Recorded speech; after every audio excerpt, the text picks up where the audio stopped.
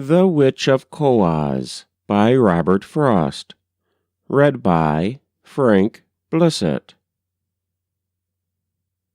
I stayed the night for shelter at a farm behind the mountain with a mother and son, 2 old believers.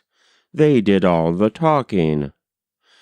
Folks think a witch who has familiar spirits she could call up to pass a winter evening, but won't, should be burned at the stake or something.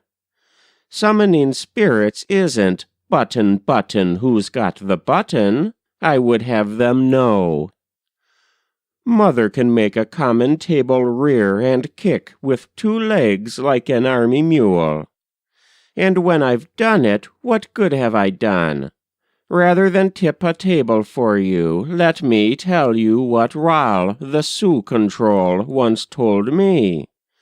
He said the dead had souls, but when I asked him how could that be, I thought the dead were souls. He broke my trance. Don't that make you suspicious that there's something the dead are keeping back? Yes, there's something the dead are keeping back. You wouldn't want to tell him what we have up attic, Mother. Bones, a skeleton. But the headboard of Mother's bed is pushed against the attic door. The door is nailed. It's harmless. Mother hears it in the night, halting perplexed behind the barrier of door and headboard. Where it wants to get is back into the cellar where it came from. We'll never let them, will we, son? We'll never. It left the cellar 40 years ago, and carried itself like a pile of dishes up 1 flight from the cellar to the kitchen, another from the kitchen to the bedroom, another from the bedroom to the attic, right past both father and mother, and neither stopped it. Father had gone upstairs. Mother was downstairs. I was a baby. I don't know where I was. The only fault my husband found with me, I went to sleep before I went to bed, especially in winter when the bed might just as well be ice and the clothes snow. The night the bones came up the cellar stairs, Tophiel had gone to bed alone and left me, but left an open door to cool the room off so as to sort of turn me out of it. I was just coming to myself enough to wonder where the cold was coming from, when I heard Tophiel upstairs in the bedroom, and thought I heard him downstairs in the cellar.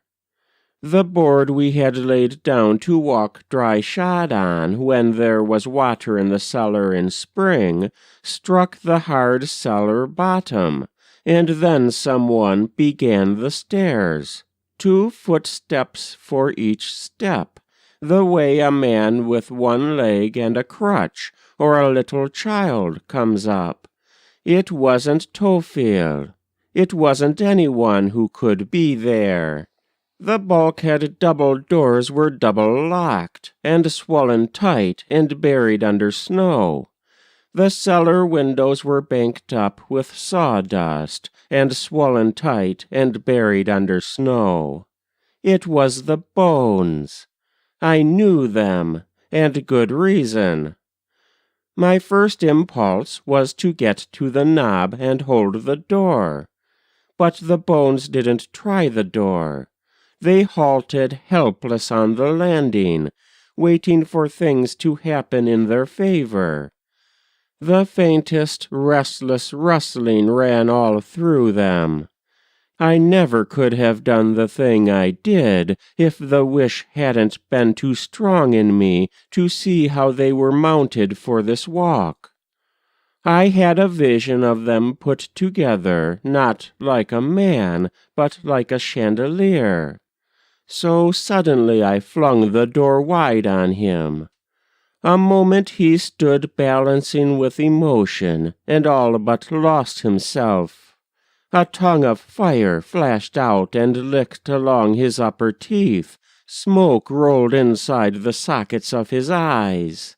Then he came at me with one hand outstretched, the way he did in life once. But this time I struck the hand off brittle on the floor, and fell back from him on the floor myself. The finger pieces slid in all directions.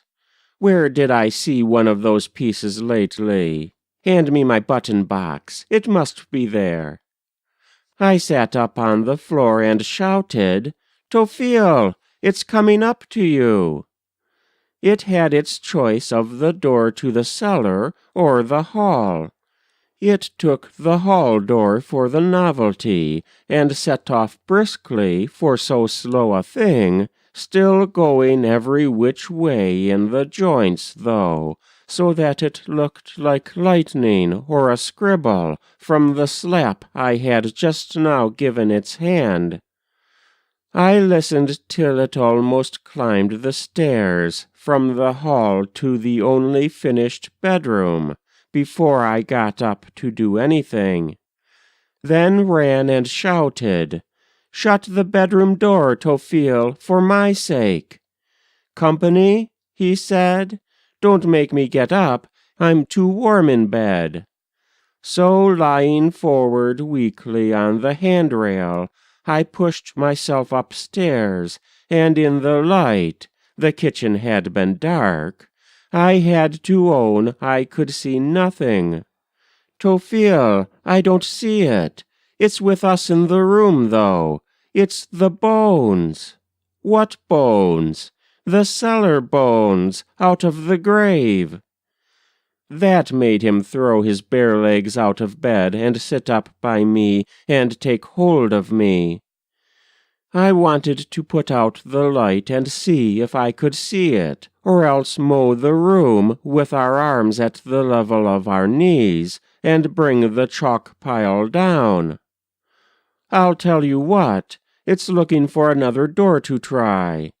The uncommonly deep snow has made him think of his old song, the wild colonial boy he always used to sing along the tote road. He's after an open door to get outdoors. Let's trap him with an open door up attic. Tophiel agreed to that, and sure enough, almost the moment he was given an opening, the steps began to climb the attic stairs. I heard them. Tophiel didn't seem to hear them. "Quick!" I slammed the door and held the knob. "Tophiel, get nails." I made him nail the door shut and pushed the headboard of the bed against it. Then we asked was there anything up attic that we'd ever want again. The attic was less to us than the cellar. If the bones liked the attic, let them have it. Let them stay in the attic. When they sometimes come down the stairs at night and stand perplexed behind the door and headboard of the bed, brushing their chalky skull with chalky fingers, with sounds like the dry rattling of a shutter, that's what I sit up in the dark to say, to no one any more since Tophiel died. Let them stay in the attic since they went there. I promised Tophiel to be cruel to them for helping them be cruel once to him. We think they had a grave down in the cellar. We know they had a grave down in the cellar. We never could find out whose bones they were. Yes, we could too, son. Tell the truth for once. They were a man's his father killed for me. I mean a man he killed instead of me. The least I could do was help dig their grave. We were about it one night in the cellar. Son knows the story, but 'twas not for him to tell the truth. Suppose the time had come. Son looks surprised to see me end a lie we'd kept up all these years between ourselves so as to have it ready for outsiders. But tonight I don't care enough to lie. I don't remember why I ever cared. Tophil, if he were here, I don't believe could tell you why he ever cared himself. She hadn't found the finger bone she wanted among the buttons poured out in her lap. I verified the name next morning, Tophil. The rural letterbox said Tophil Lajoie.